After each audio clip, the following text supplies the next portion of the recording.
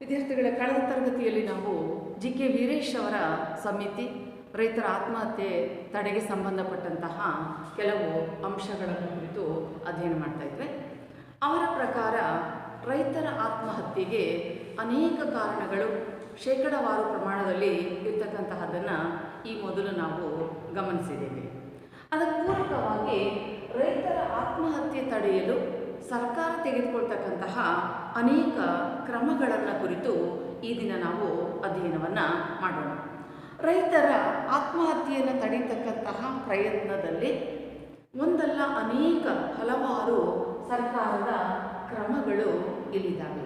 ಯಾಕೆ ಅಂತ ಹೇಳಿದ್ರೆ ಇತ್ತೀಚಿನ ವರ್ಷಗಳಲ್ಲಿ ರೈತರ ಆತ್ಮಹತ್ಯೆ ಪ್ರಕರಣಗಳು ದಿನದಿನಕ್ಕೂ ಹೆಚ್ಚಾಗ್ತಾ ಇರತಕ್ಕಂತಹ ಒಂದು ಹಿನ್ನೆಲೆಯಲ್ಲಿ ಅದನ್ನು ತಡೀತಕ್ಕಂತಹ ಅನೇಕ ಕ್ರಮಗಳ ಕಡೆಗೆ ಸರ್ಕಾರ ತಮ್ಮ ಗಮನವನ್ನು ಹರಿಸಿದೆ.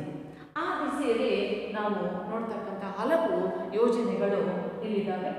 ರೈತರ ಸಾಲ ಮನ್ನಾ ಮತ್ತು ವಿನಾಯಿತಿಯನ್ನು ನೀಡ್ತಕ್ಕಂತಹದ್ದು, ಅತ್ಯಧಿಕ ಬಡ್ಡಿ ದರ ಕಾಯ್ದೆಯ ಜಾರಿಗೆ ತಂದು ಬಡ್ಡಿಯನ್ನು ವಿಧಿಸ್ತಕ್ಕಂಥ ಪ್ರಮಾಣವನ್ನು ಕಡಿಮೆ ಮಾಡಿರ್ತಕ್ಕಂಥದ್ದು ಮತ್ತು ಒಟ್ಟಾರೆ ರೈತರ ಸಂಕಷ್ಟಗಳಿಗೆ ಸರ್ಕಾರ ಪ್ರತಿಕ್ರಿಯೆಗಳನ್ನು ನೀಡುವುದರ ಮೂಲಕ ಅನೇಕ ಯೋಜನೆಗಳನ್ನು ಇಲ್ಲಿ ಜಾರಿಗೊಳಿಸುವಂತಹ ಪ್ರಯತ್ನವನ್ನು ಮಾಡಿದೆ.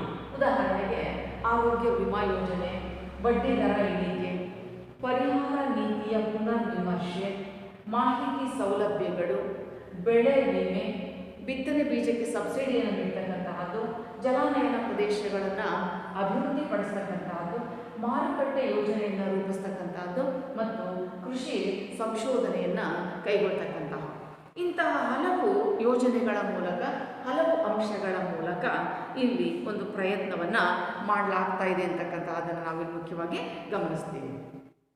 ರೈತರ ಆತ್ಮಹತ್ಯೆ ತಡೆಯಲು ಸರ್ಕಾರ ಕೈಗೊಂಡಂತಹ ಕ್ರಮಗಳು, ಅದರಲ್ಲಿ ಮೊದಲನೇದು ಸಾಲ ಮನ್ನಾ ಮತ್ತು ವಿನಾಯಿತಿಯನ್ನು ನೀಡ್ತಕ್ಕಂತಹ ಒಂದು ಪ್ರಯತ್ನ.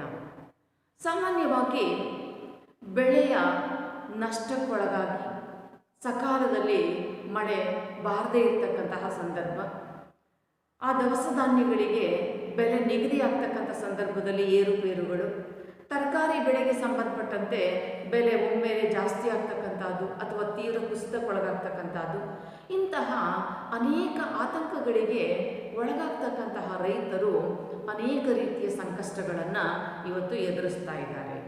ಆ ಹಿನ್ನೆಲೆಯಲ್ಲಿ ಅವ್ರು ಮಾಡಿರ್ತಕ್ಕಂತಹ ಸಾಲ ಮನ್ನಾ ಮಾಡ್ತಕ್ಕಂಥದ್ದು ಅಥವಾ ಅದಕ್ಕೆ ಪೂರಕವಾದಂತಹ ಕೆಲವೊಂದು ವಿನಾಯಿತಿಯನ್ನು ಘೋಷಿಸ್ತಕ್ಕಂತಹ ಪ್ರಯತ್ನಗಳನ್ನು ಸರ್ಕಾರ ಇಲ್ಲಿ ಮಾಡಿದೆ. 2007-8ರ ಅವಧಿಯಲ್ಲಿ 2007 ಮತ್ತು 8ನೇ ಸಾಲಿನಲ್ಲಿ ಆ ಅವಧಿಯಲ್ಲಿ ಏನಾಯಿತು ಅಂತ ಹೇಳಿದ್ರೆ 25,000 ರೂಪಾಯಿ ಸಾಲದ ಅಸಲನ್ನು ಇಲ್ಲಿ ಮನ್ನಾ ಮಾಡಲಾಯಿತು. 25,000 ಸಾಲದ ಅಸಲನ್ನು ಮನ್ನಾ ಮಾಡಲಾಯಿತು.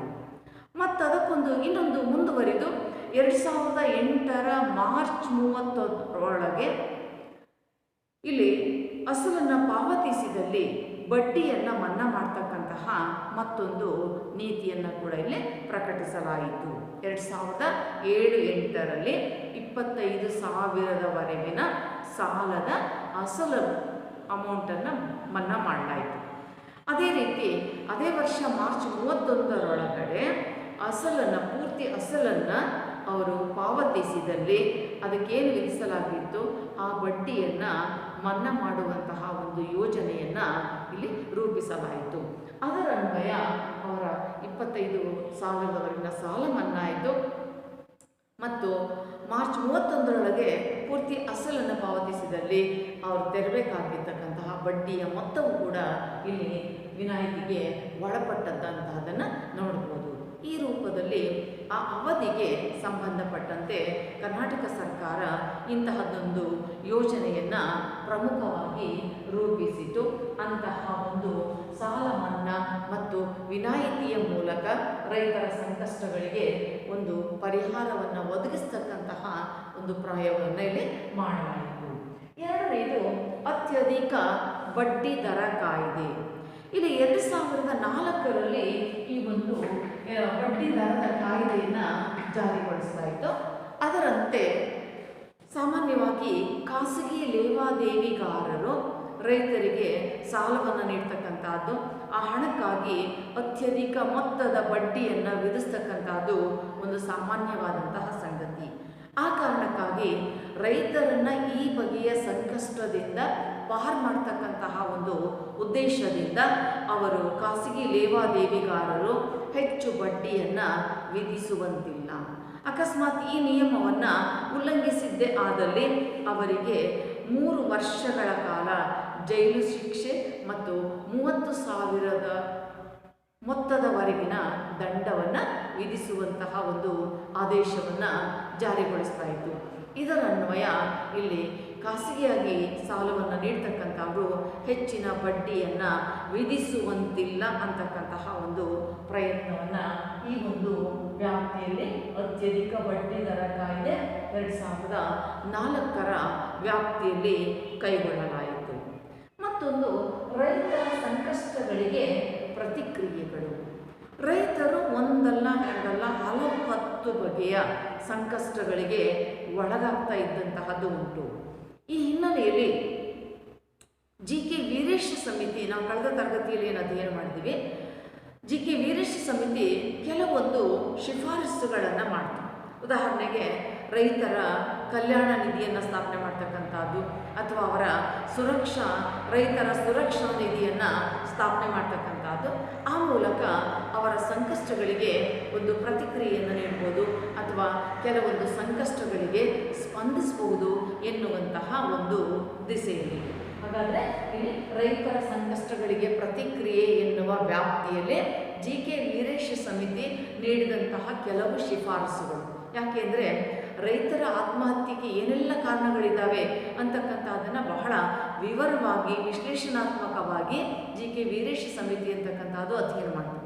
ಉದಾಹರಣೆಗೆ ಕೊಳವೆ ಬಾವಿ ವೈಫಲ್ಯಕ್ಕೆಷ್ಟು, ಅಥವಾ ಹೆಣ್ಣು ಮಕ್ಕಳ ವಿವಾಹ ಕಾರಣಕ್ಕಾಗಿ, ಅಥವಾ ಧಾರ್ಮಿಕ ಸಮಾರಂಭಗಳಿಗಾಗಿ, ಅಥವಾ ಬೆಳೆಯ ನಷ್ಟಕ್ಕಾಗಿ, ಹೀಗೆ ಅನೇಕ ಕಾರಣಗಳಿಗಾಗಿ ರೈತರು ಆತ್ಮಹತ್ಯೆ ಮಾಡಿಕೊಳ್ತಕ್ಕಂತಹ ಪ್ರಯತ್ನಗಳು ಏನೆಲ್ಲಿ ನಡೆದವ ಅದಕ್ಕೆ ಪೂರಕವಾಗಿ ಆ ಎಲ್ಲವನ್ನು ಅಂಕಿ ಸಂಖ್ಯೆಗಳ ರೂಪದಲ್ಲಿ ಅಧ್ಯಯನ ಮಾಡ್ತಕ್ಕಂತಹ ವೀರೇಶ ಸಮಿತಿ ಕೆಲವೊಂದು ಶಿಫಾರಸುಗಳನ್ನು ಏನು ಮಾಡಿತು, ರೈತರ ಕಲ್ಯಾಣಕ್ಕಾಗಿ ನಿಧಿಯನ್ನು ಸ್ಥಾಪನೆ ಮಾಡ್ತಕ್ಕಂಥದ್ದು. ಅಂದರೆ ಸದಾಕಾಲ ರೈತರು ಸಂಕಷ್ಟಗಳಿಗೆ ಒಳಗಾಗ್ತಾನೆ ಇರ್ತಾರೆ.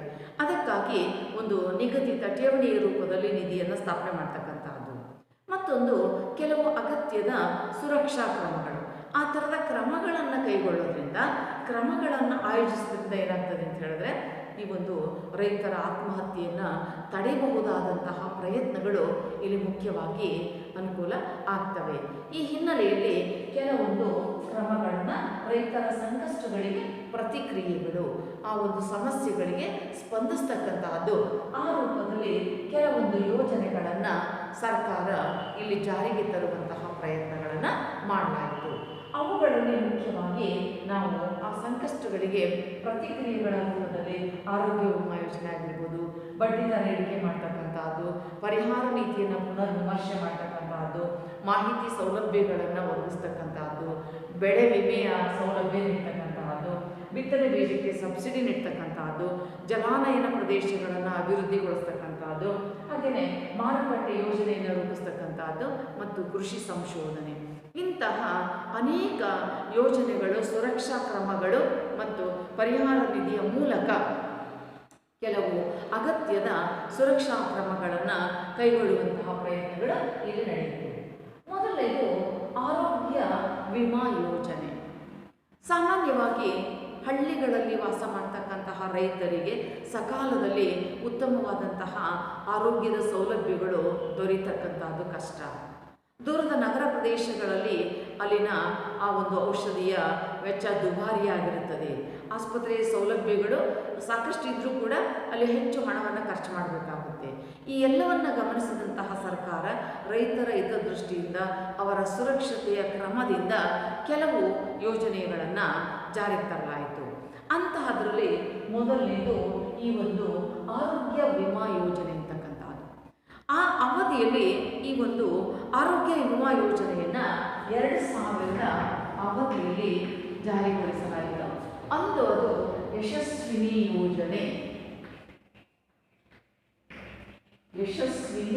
ಯೋಜನೆ ಎಂದೇ ಆ ಒಂದು ಆರೋಗ್ಯಕ್ಕೆ ಸಂಬಂಧಪಟ್ಟಂತಹ ಯೋಜನೆ, ವಿಮಾ ಯೋಜನೆ ಇಲ್ಲಿ ಪ್ರಸಿದ್ಧಿಯನ್ನು ಪಡ್ಕೊಂಡು, ಅದರ ಅನ್ವಯ ವಾರ್ಷಿಕ 120 ರೂಪಾಯಿಯನ್ನು ನೀಡಿಬಿಟ್ಟು ರೈತರು ಸರ್ಕಾರದ ಮಟ್ಟದಲ್ಲಿ ಒಂದು ಎನ್ರೋಲ್ ಮಾಡಿಸಿದ್ರೆ ಅವರು ಯಾವುದೇ ಆಸ್ಪತ್ರೆಗಳಲ್ಲಿ, ಅದಕ್ಕೊಂದು ಮಾರ್ಗದರ್ಶಿ ಸೂತ್ರಗಳಿರ್ತದೆ, ಇಂಥ ಆಸ್ಪತ್ರೆಗಳಲ್ಲಿ ಇಂಥ ಕಾಯಿಲೆಗಳಿಗೆ ಚಿಕಿತ್ಸೆಯನ್ನು ಪಡ್ಕೊಳ್ಬೋದು. ಆ ಮಾರ್ಗದರ್ಶಿ ಸೂತ್ರದ ಅನ್ವಯ ಹಳ್ಳಿಯ ರೈತರು ಉತ್ತಮವಾದಂತಹ ಆಧುನಿಕ ಸೌಲಭ್ಯಗಳಿರ್ತಕ್ಕಂತಹ ಆಸ್ಪತ್ರೆಗಳಲ್ಲಿ ಅವರ ತಮ್ಮ ಕಾಯಿಲೆಗಳಿಗೆ ಔಷಧೋಪಚಾರವನ್ನು ಪಡೆಯತಕ್ಕಂಥ ಅವಕಾಶವನ್ನು ಕಲ್ಪಿಸಿತು. ಬಹುಶಃ ಇವತ್ತು ಈ ಒಂದು ಯೋಜನೆ, ಇವತ್ತು ಆಯುಷ್ಮಾನ್ ಯೋಜನೆ ಬೇರೆ ಬೇರೆ ರೂಪಾಂತರವನ್ನು ಪಡ್ಕೊಂಡಿದೆ. ಈಗ ಯಶಸ್ವಿನಿ ಯೋಜನೆ ಅಂದರೆ ಆ ಪದವನ್ನು ಬಳಕೆ ಮಾಡ್ತಾ ಇಲ್ಲ. ಆದರೆ ಈ ಯೋಜನೆಯಲ್ಲಿ ಸಾಕಷ್ಟು ರೈತರು ಸಾಕಷ್ಟು ನೆರವನ್ನು ಪಡ್ಕೊಂಡದ್ದುಂಟು. ಯಾಕೆಂದರೆ ದೊಡ್ಡ ದೊಡ್ಡ ಆಸ್ಪತ್ರೆಗಳಲ್ಲಿ ಅತ್ಯಂತ ಲಕ್ಷಗಟ್ಟಲೆ ಹಣವನ್ನು ಕೊಡಬೇಕಾದಂತಹ ಪರಿಸ್ಥಿತಿಯಿಂದ ಅವರು ಇಲ್ಲಿ ಬಚಾವಾದರು. ಬಹುಶಃ ಈ ಯೋಜನೆ ಅನ್ವಯ ಸಾಕಷ್ಟು ಸೌಲಭ್ಯಗಳನ್ನು ಅವರು ಪಡ್ಕೊಳ್ಳೋದಕ್ಕೆ ಅವಕಾಶ ಅಂತಕ್ಕಂಥದ್ದು ಆಯಿತು.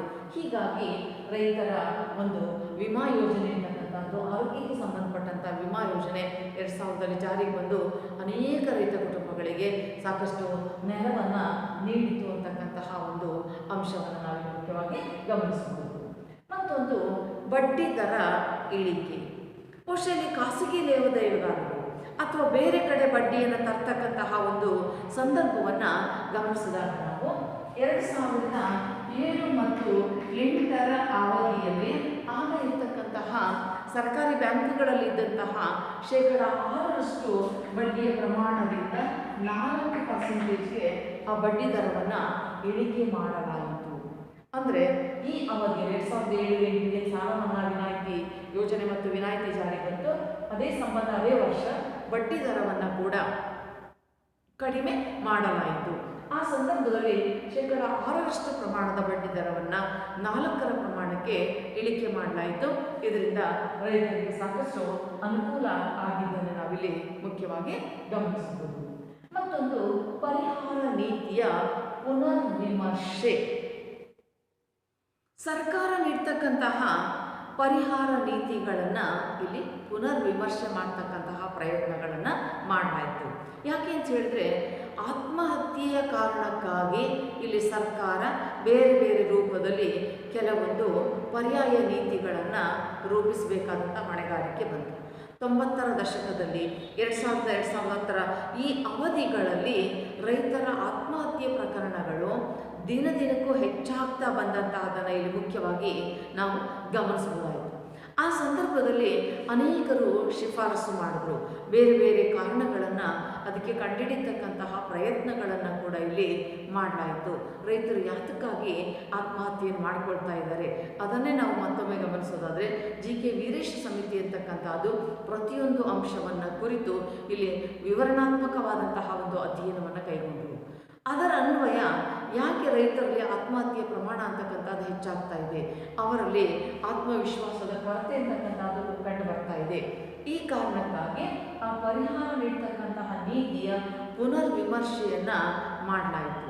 ಯಾವ ಕಾರಣಕ್ಕಾಗಿ ಆತ್ಮಹತ್ಯೆ ಮಾಡಿಕೊಂಡಿದ್ದಾರೆ ಆ ನಿರ್ದಿಷ್ಟ ಕಾರಣ ಆಧಾರದ ಮೇಲೆ ಸಾಲ ಅಥವಾ ಸಾಲ ಮನ್ನಾ ಮಾಡ್ತಕ್ಕಂತಹದ್ದು ಅಥವಾ ಅವರಿಗೆ ಪರಿಹಾರವನ್ನು ಘೋಷಿಸ್ತಕ್ಕಂತಹದ್ದು ಇಂತೆಲ್ಲ ಹೊಸ ಬಗೆಯ ಪ್ರಯತ್ನಗಳನ್ನು ಮಾಡ್ತಾ ಬಂದದ್ದರಿಂದ ಇಲ್ಲಿ ಸಾಕಷ್ಟು ರೈತರಿಗೆ ಅನುಕೂಲ ಅಂತಕ್ಕಂತಹದ್ದು ಆಗ್ತಾ ಬಂತು. ಹಾಗಾಗಿ ಇಲ್ಲಿ ಆತ್ಮಹತ್ಯೆಗೆ ಪರಿಹಾರ ನೀಡ್ತಕ್ಕಂತಹ ಸಂದರ್ಭವನ್ನು ಪುನರ್ವಿಮರ್ಶೆ ಮಾಡುವುದರ ಮೂಲಕ ಅವರಿಗೆ ಒಂದಷ್ಟು ಪ್ರಯೋಜನ ಆಗ್ತಕ್ಕಂತಹ ಕೆಲವೊಂದು ಸೌಲಭ್ಯಗಳನ್ನು ನೀಡಲಾಯಿತು. ಮತ್ತೊಂದು ಮಾಹಿತಿ ಸೌಲಭ್ಯ. ಗ್ರಾಮೀಣ ಪ್ರದೇಶಗಳಲ್ಲಿ ವಾಸ ಮಾಡ್ತಕ್ಕಂತಹ ರೈತರಿಗೆ ಇತ್ತೀಚಿನ ವರ್ಷಗಳಲ್ಲಿ, ಈಗ ಕೆಲವೇ ವರ್ಷಗಳಲ್ಲಿ ಸಾರಿಗೆ ಸಂಪರ್ಕ ವ್ಯವಸ್ಥೆಗಳು ಹೆಚ್ಚು ವ್ಯಾಪಕವಾಗಿ ಅವನ್ನ ತಲುಪ್ತಾ ಇವೆ. 90ರ ದಶಕದಲ್ಲಿ ಅಥವಾ ಆ ಸಂದರ್ಭದಲ್ಲಿ ಈಗಿನಷ್ಟು ಸೌಲಭ್ಯಗಳು ಇರಲಿಲ್ಲ. ಇವತ್ತು ಪ್ರತಿಯೊಬ್ಬ ರೈತರ ಬಳಿ ಮೊಬೈಲ್ ಫೋನ್ ಇದೆ ಅಥವಾ ಸಂಪರ್ಕ ಮಾಧ್ಯಮಗಳು ಸಾಕಷ್ಟು ಸುಧಾರಣೆ ಆಗಿವೆ. ಆದರೆ ಆರಂಭದಲ್ಲಿ ಇಷ್ಟೊಂದು ಸೌಲಭ್ಯಗಳು ಇಲ್ಲದೇ ಇದ್ದಂತಹ ಕಾಲದಲ್ಲಿ ಸರ್ಕಾರ ಕೆಲವೊಂದು ಯೋಜನೆಗಳನ್ನು ರೂಪಿಸಿತು. ಅಂದರೆ ಉದಾಹರಣೆಗೆ ರೈತ ತಾನು ಬೆಳೆದಂತಹ ಹಣ್ಣು ತರಕಾರಿ ಆಗಿರ್ಬೋದು, ದವಸ ಧಾನ್ಯಗಳಾಗಿರ್ಬೋದು, ಅದಕ್ಕೆ ಸಂಬಂಧಪಟ್ಟಂತಹ ಮಾರುಕಟ್ಟೆಯ ಧಾರಣೆ ಏನಿದೆ ಅಥವಾ ಬೆಲೆ ಏನಿದೆ, ಯಾವಾಗ ಅದನ್ನು ಕಟಾವು ಮಾಡಬಹುದು ಅಥವಾ ಮಾರಾಟಕ್ಕೆ ತೆಗೆದುಕೊಂಡು ಹೋಗ್ಬೋದು, ಇದಕ್ಕೆ ಸಂಬಂಧಪಟ್ಟಂತಹ ಮಾಹಿತಿಯನ್ನು ಪಡೆದುಕೊಳ್ಳೋದಕ್ಕೆ ಅನುಕೂಲವಾಗುವಂತಹ ರೀತಿಯಲ್ಲಿ ಪ್ರತಿ ಹಳ್ಳಿಗಳಿಗೂ ಈ ಒಂದು ಟೆಲಿಫೋನ್ ಸೌಲಭ್ಯಗಳನ್ನು ಒದಗಿಸ್ತಕ್ಕಂತಹ ಒಂದು ಯೋಜನೆಯನ್ನು ರೂಪಿಸಿತು. ಮತ್ತು ಅಂತರ್ಜಾಲದ ಮೂಲಕ, ದೂರದರ್ಶನದ ಮೂಲಕ ರೈತರಿಗೆ ಮಾಹಿತಿಯನ್ನು ನೀಡ್ತಕ್ಕಂತಹ ಒಂದು ಪ್ರಯತ್ನಗಳನ್ನು ಇಲ್ಲಿ ಆಯೋಜಿಸಲಾಯಿತು. ಬಹುಶಃ ಅಂತಹವುಗಳು ಆರಂಭದಲ್ಲಿ ಕೆಲಸ ಮಾಡಿದು.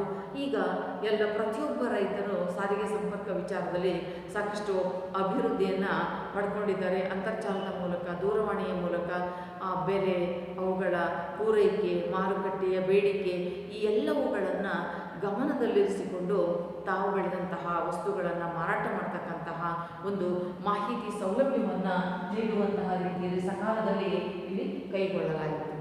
ಇದರಿಂದ ಏನಾಯಿತು ಅಂತ ಹೇಳಿದ್ರೆ ಅವರಿಗೆ ಸಾಕಷ್ಟು ಪ್ರಯೋಜನ ಅಂತಕ್ಕಂಥದ್ದಾಯಿತು. ಯಾಕೆಂದರೆ ಯಾವುದೋ ಒಂದು ಹಳ್ಳಿಯಲ್ಲಿ ಕೂತ್ಕೊಂಡು, ದೂರದ ಹಳ್ಳಿಯಲ್ಲಿ ಕೂತ್ಕೊಂಡು ಮಾರುಕಟ್ಟೆಯಲ್ಲಿ ಏನು ಬೆಲೆ ಇದೆ ಅಥವಾ ಅಲ್ಲಿ ಮಧ್ಯವರ್ತಿಗಳ ಹಾವಳಿ, ಅವರು ನಿಗದಿ ಮಾಡಿದಂತಹ ಬೆಲೆಯೇ ಇಲ್ಲಿ ಇವರು ನೀಡಬೇಕಾದಂತಹದ್ದು ಮತ್ತು ಆ ಮಧ್ಯವರ್ತಿಗಳಿಂದ ನಡೀತಾ ಇರತಕ್ಕಂತಹ ಮೋಸದ ಪ್ರಮಾಣ, ಇವೆಲ್ಲವುಗಳಿಂದ ಅವರು ಸೂಕ್ತವಾಗಿ ರಕ್ಷಣೆಯನ್ನು ಪಡ್ಕೊಳ್ಳೋದಕ್ಕೆ ನಡೆದಂತಹ ಒಂದು ಪ್ರಯತ್ನದಲ್ಲಿ ಈ ಒಂದು ಮಾಹಿತಿಯ ಸೌಲಭ್ಯ ಅಂತಕ್ಕಂಥದ್ದು ಬಹಳಷ್ಟು ಪ್ರಯೋಜನಕಾರಿಯಾಯಿತು.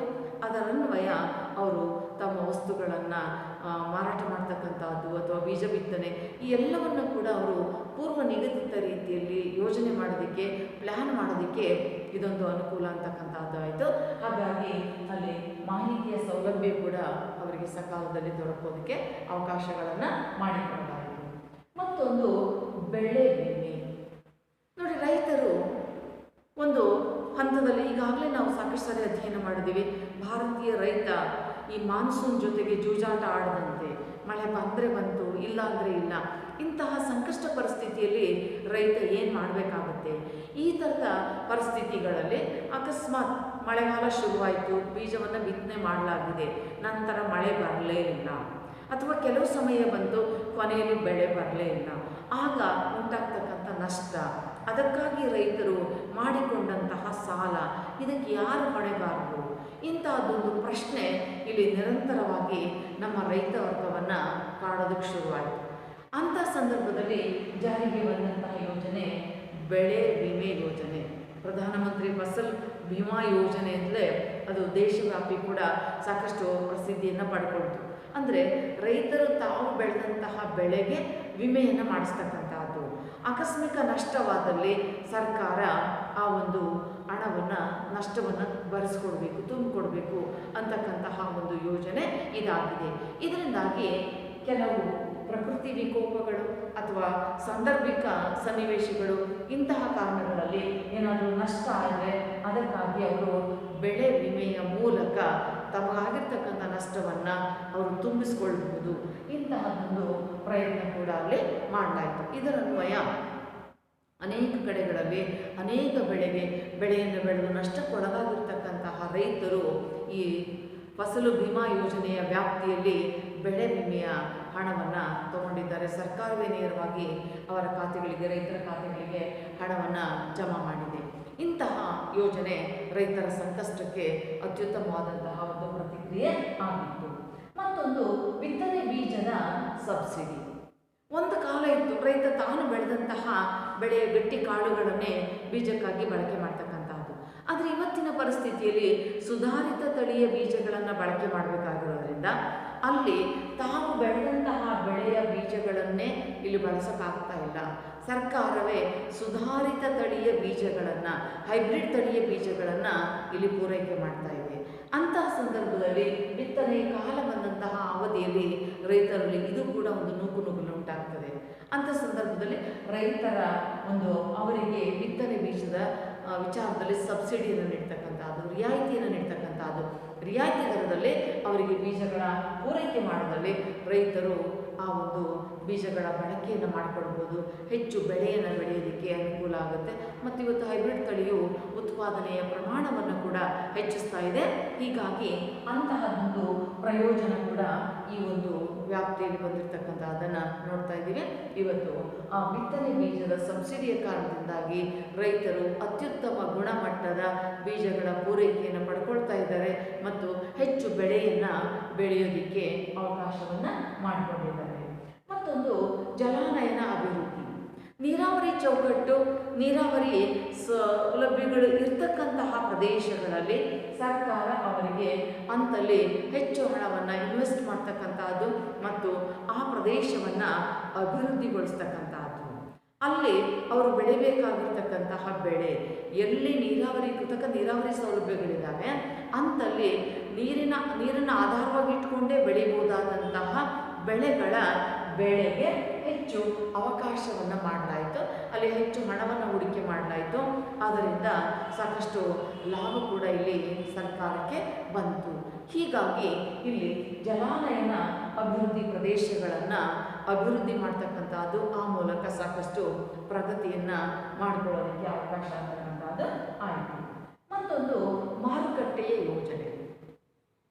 ನಮ್ಮ ಭಾರತೀಯ ರೈತರು ಎದುರಿಸ್ತಕ್ಕಂತಹ ಬಹುದೊಡ್ಡ ಸಮಸ್ಯೆಗಳಲ್ಲಿ ದೋಷಪೂರಿತ ಮಾರುಕಟ್ಟೆ ವ್ಯವಸ್ಥೆ ಅಂತ ಕರಿತೀವಿ ನಾವು, ಡಿಫೆಕ್ಟೆಡ್ ಮಾರ್ಕೆಟಿಂಗ್ ಸಿಸ್ಟಮ್ ಅಂತಕ್ಕಂಥದ್ದು.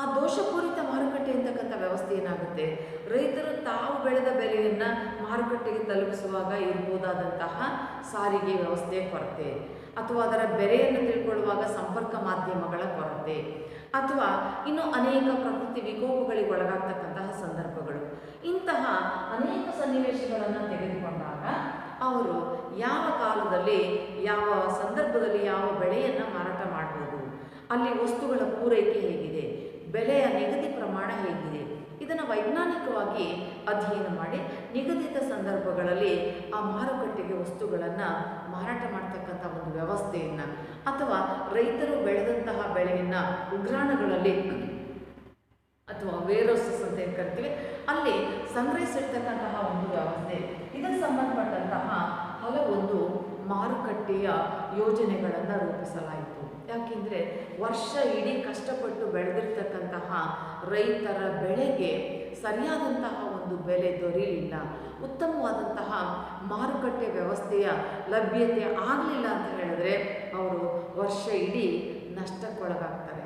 ಯಾಕೆಂದರೆ ರೈತರು ಎಲ್ಲೋ ಕೆಲವು ಕಡೆ ಕೃತಕ ನೀರಾವರಿ ಸೌಲಭ್ಯಗಳಿರ್ತಕ್ಕಂಥ ಕಡೆ ವರ್ಷಕ್ಕೆ 2 ಬೆಳೆಯನ್ನು ಬೆಳಿಬೋದು, ಇನ್ನು ಉಳಿದಂತೆ ಅವರು ಬೆಳೀತಕ್ಕಂಥದ್ದು ಕೇವಲ ವರ್ಷಕ್ಕೆ 1 ಬೆಳೆ ಮಾತ್ರ. ಅದೂ ನಷ್ಟಕ್ಕೊಳಗಾಯಿತು ಅಥವಾ ನಿರೀಕ್ಷಿತ ಪ್ರಮಾಣದಲ್ಲಿ ಲಾಭ ಬರಲಿಲ್ಲ ಅಂತ ಹೇಳಿದ್ರೆ ಅದರಿಂದ ಸಾಕಷ್ಟು ಸಮಸ್ಯೆಗಳನ್ನು ಎದುರಿಸಬೇಕಾಗ್ತದೆ. ಹೀಗಾಗಿ ಅಂತಹ ಸಂದರ್ಭದಲ್ಲಿ ಒಂದು ಮಾರುಕಟ್ಟೆ ವ್ಯವಸ್ಥೆಯನ್ನು ಉತ್ತಮ ರೀತಿಯಲ್ಲಿ ಯೋಜಿತ ರೀತಿಯಲ್ಲಿ ಒದಗಿಸ್ತಕ್ಕಂತಹ ಒಂದು ಸೌಲಭ್ಯವನ್ನು ಇಲ್ಲಿ ರೂಪಿಸಲಾಗಿದೆ. ಅಂತಹ ಒಂದು ರೈತರ ಸಂಕಷ್ಟಗಳಿಗೆ ಪ್ರತಿಕ್ರಿಯೆ ಇರ್ತಕ್ಕಂಥದ್ದು ಇದೆ. ಮತ್ತೊಂದು ಕೃಷಿ ಸಂಶೋಧನೆ. ಕೃಷಿ ವ್ಯವಸ್ಥೆಗೆ ಸಂಬಂಧಪಟ್ಟಂತೆ ಸಂಶೋಧನೆಯನ್ನು ಕೈಗೊಳ್ತಕ್ಕಂಥದ್ದು. ಯಾಕೆ ಅಂತ ಹೇಳಿದ್ರೆ ಇಲ್ಲಿ ಅತ್ಯಧಿಕ ಸಂಖ್ಯೆಯ ಜನರು ವ್ಯವಸಾಯವನ್ನೇ ಅವಲಂಬಿಸಿದ್ದಾರೆ.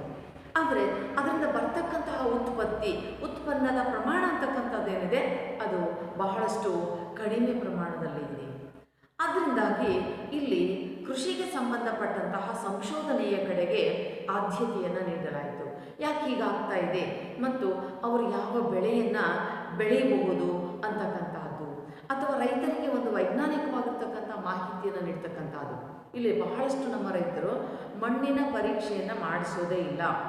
ಪ್ರತಿಯೊಬ್ಬ ರೈತ ಮಣ್ಣಿನ ಪರೀಕ್ಷೆಯನ್ನು ಮಾಡಬೇಕು. ಆ ಮಣ್ಣಿನಲ್ಲಿ ಯಾವ ಬೆಳೆ ಹೆಚ್ಚು ಇಳುವರಿಯನ್ನು ಕೊಡ್ತದೆ, ಇದರ ಆಧಾರದ ಮೇಲೆ ಆ ಬೆಳೆಯನ್ನು ಬೆಳೀತಾ ಹೋಗಬೇಕು. ಆದರೆ ಅವೈಜ್ಞಾನಿಕತೆ, ಸಾಂಪ್ರದಾಯಿಕತೆ ಈ ಹಿನ್ನೆಲೆಯಲ್ಲಿ ರೈತರು ಯಾವತ್ತೂ ಮಣ್ಣಿನ ಪರೀಕ್ಷೆ ಮಾಡ್ತಕ್ಕಂಥ ಸಂದರ್ಭಗಳೇ ಬಹಳಷ್ಟು ಕಡಿಮೆ. ಇಂತಹ ಕೊರತೆಗಳು ಇಲ್ಲಿದ್ದಾವೆ. ಆದ್ದರಿಂದ ಕೃಷಿ ವ್ಯವಸ್ಥೆಯನ್ನು ಕುರಿತಾಗಿ ಸಂಶೋಧನೆಯನ್ನು ಕೈಗೊಳ್ಳಬೇಕು. ಅಲ್ಲಿ ಏನು ಸಮಸ್ಯೆಗಳಿದ್ದಾವೆ, ಏನು ಪರಿಹಾರವನ್ನು ರೂಪಿಸ್ಬೋದು, ಅಥವಾ ಹೇಗೆ ನಮ್ಮ ಕೃಷಿ ವ್ಯವಸ್ಥೆಯನ್ನು ಅಭಿವೃದ್ಧಿಪಡಿಸ್ಬೋದು ಮತ್ತು ಆ ಮೂಲಕ ರೈತರಿಗೆ ಅಭಿವೃದ್ಧಿ ಆಗುವಂತೆ ಹೇಗೆ ಕೈಗೊಳ್ಳಬಹುದು, ಇಂತಹ ಹಲವು 10 ಪ್ರಯತ್ನಗಳನ್ನು ಇಲ್ಲಿ ರೂಪಿಸುವಂತಹ ಪ್ರಯತ್ನವನ್ನು ಮಾಡಲಾಯಿತು. ಹೀಗಾಗಿ ಆ ಕೃಷಿಗೆ ಸಂಬಂಧಪಟ್ಟಂತಹ ಹಲವು ಸಂಶೋಧನೆಗಳನ್ನು ಕೈಗೊಳ್ಳುವುದರ ಮೂಲಕ ಈ ಕೆಲವೊಂದು ಸಮಸ್ಯೆಗೆ ಪರಿಹಾರವನ್ನು ಕಂಡುಕೊಳ್ಳುವಂತಹ ಪ್ರಯತ್ನಗಳನ್ನು ಮಾಡಲಾಯಿತು. ಹಾಗಾದರೆ ಸರ್ಕಾರದ ವ್ಯಾಪ್ತಿಯಲ್ಲಿ ರೈತರ ಆತ್ಮಹತ್ಯೆ ತಡೆಯಲು ಅನೇಕ ಕ್ರಮಗಳನ್ನು ಇಲ್ಲಿ ಕೈಗೊಳ್ಳಲಾಯಿತು.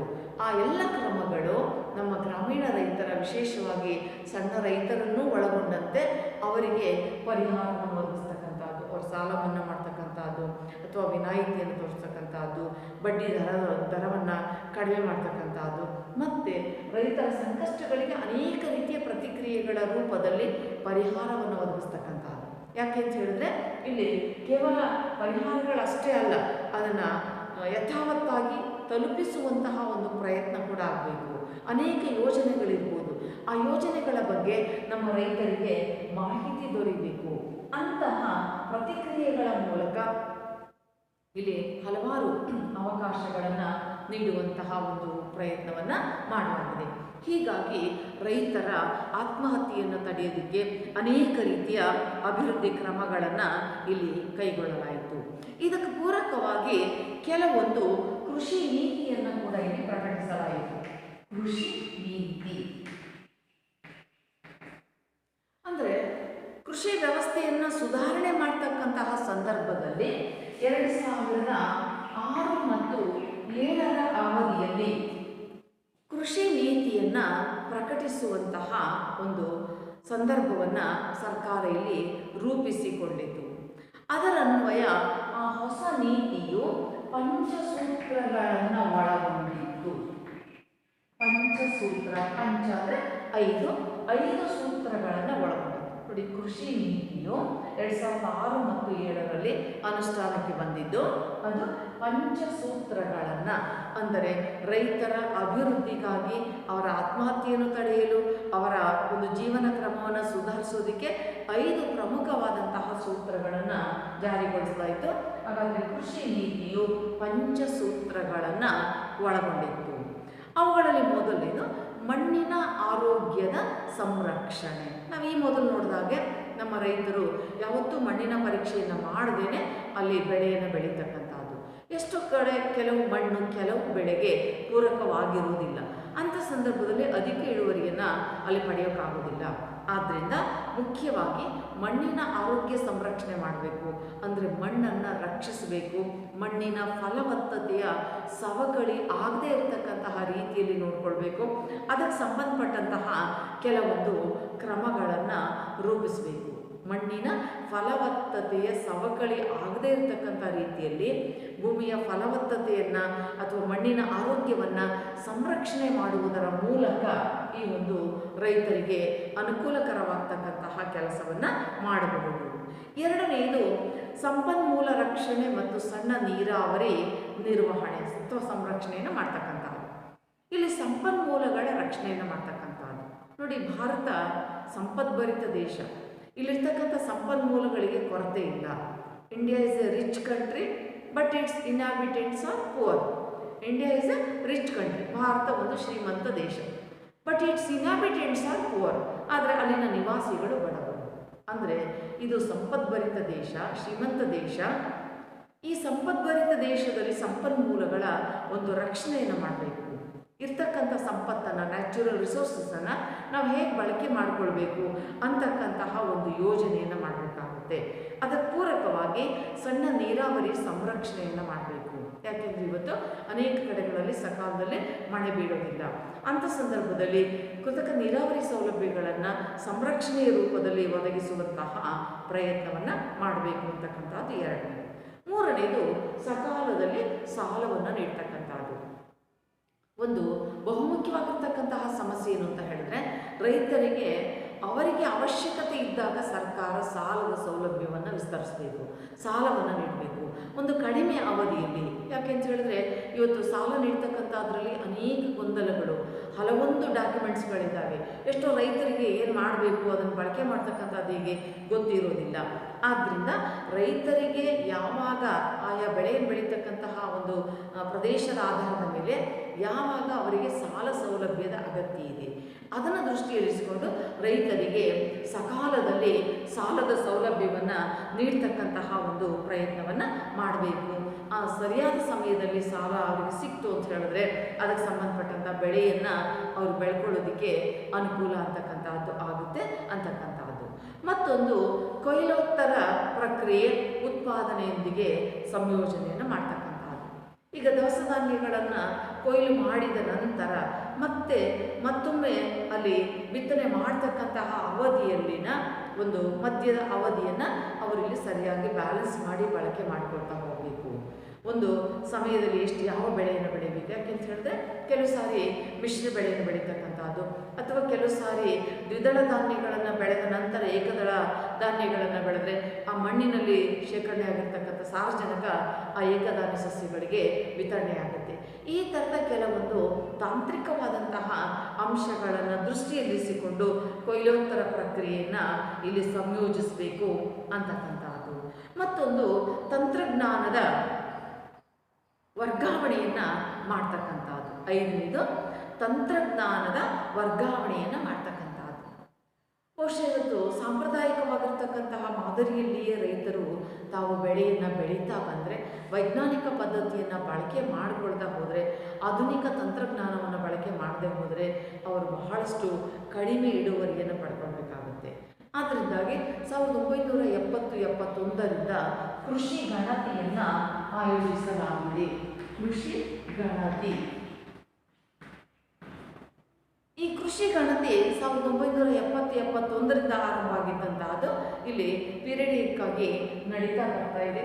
ಇದರಿಂದಾಗಿ ಆ ಬೆಳೆಗೆ ಸಂಬಂಧಪಟ್ಟಂಥ ಸಮಸ್ಯೆಗಳು, ಯಾವ ಬೆಳೆಗೆ ಪ್ರಮುಖವಾದಂಥ ಸಮಸ್ಯೆಗಳಿದ್ದಾವೆ ಮತ್ತು ಅದರ ಬೆಲೆ ನಿಗದಿ ಮಾಡ್ತಕ್ಕಂಥದ್ದು ಹೇಗೆ, ರೈತರ ಸಂಕಷ್ಟಗಳೇನು, ಇವೆಲ್ಲವುಗಳಿಗೆ ಸಂಬಂಧಪಟ್ಟಂತಹ ಒಂದು ಕೃಷಿ ಗಣತಿಯನ್ನು ಕೂಡ ಕೈಗೊಳ್ಳಲಾಗ್ತಾ ಇದೆ.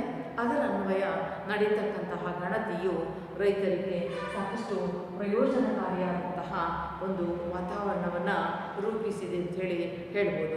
ಈ ರೀತಿ ಕೃಷಿ ನೀತಿಯನ್ನು 2006 ಮತ್ತು 2007ರಲ್ಲಿ ಜಾರಿಗೆ ತಂದು ಪಂಚಸೂತ್ರಗಳು, 5 ಸೂತ್ರಗಳ ಮೂಲಕ ಇವುಗಳ ಒಂದು ಪ್ರಾಯೋಗಿಕವಾಗಿರ್ತಕ್ಕಂತಹ ಪ್ರಯತ್ನಗಳನ್ನು ಮಾಡಲಾಗಿದೆ. ಅದರಂತೆ ಮಣ್ಣಿನ ಸಂರಕ್ಷಣೆ ಮಾಡ್ತಕ್ಕಂತಹದ್ದು, ಸಣ್ಣ ನೀರಾವರಿಗೆ ಮತ್ತು ಸಂಪನ್ಮೂಲ ರಕ್ಷಣೆಗೆ ಆದ್ಯತೆಯನ್ನು ಕೊಡ್ತಕ್ಕಂತಹದ್ದು, ಸಾಲದ ಸೌಲಭ್ಯವನ್ನು ಸಕಾಲದಲ್ಲಿ ಒದಗಿಸ್ತಕ್ಕಂತಹದ್ದು, ಅಥವಾ ಕೊಯ್ಲಿನ ನಂತರ ಉತ್ಪಾದನೆಗೆ ಮುಂಚೆ ಆ ಸಮಯದಲ್ಲಿ ಒಂದು ಸಮತೋಲನವನ್ನು ಕೈಗೊಳ್ತಕ್ಕಂತಹದ್ದು, ಮತ್ತು ಕೃಷಿಗೆ ಬೇಕಾದಂತಹ ತಂತ್ರಜ್ಞಾನವನ್ನು ವರ್ಗಾವಣೆ ಮಾಡ್ತಕ್ಕಂಥದ್ದು.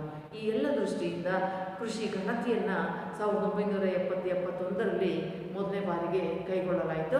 ಆ ಕೃಷಿ ಗಣತಿಯು ರೈತರ ಸಮಸ್ಯೆಗಳನ್ನು, ಬೆಳೆಗಳಿಗೆ ಸಂಬಂಧಪಟ್ಟಂತಹ ಸಮಸ್ಯೆಗಳು ಮತ್ತು ಸವಾಲುಗಳನ್ನು ಎದುರಿಸುವಂತಹ ಒಂದು ಪ್ರಯತ್ನವನ್ನು ಮಾಡಲಾಯಿತು.